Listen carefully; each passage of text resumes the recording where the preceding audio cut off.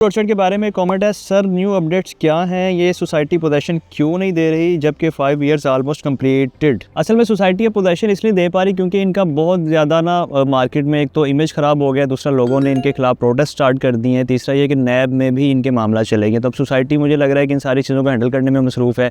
Possession तो देना अब दूर की बात है, वहाँ पे इवन के डेवलपमेंट भी सोसाइटी नहीं कर रही। वेस्ट मीना की अगर आप साइट विजिट करें, जो कि रिसेंटली मैंने की भी थी, कोशिश करूँगा उसके भी कुछ शॉर्ट साथ अटैच कर दूँ ताकि आपको आइडिया हो जाए कि वहाँ क्या सूरत हाल है। वहाँ पे कोई खातिर ख्वाह डेवलपमेंट नहीं हो रही, लेकिन जो सोसाइटी के मामला थे वो काफ़ी ज़्यादा ख़राब हो चुके हैं, बिगड़ चुके हैं लोगों के साथ।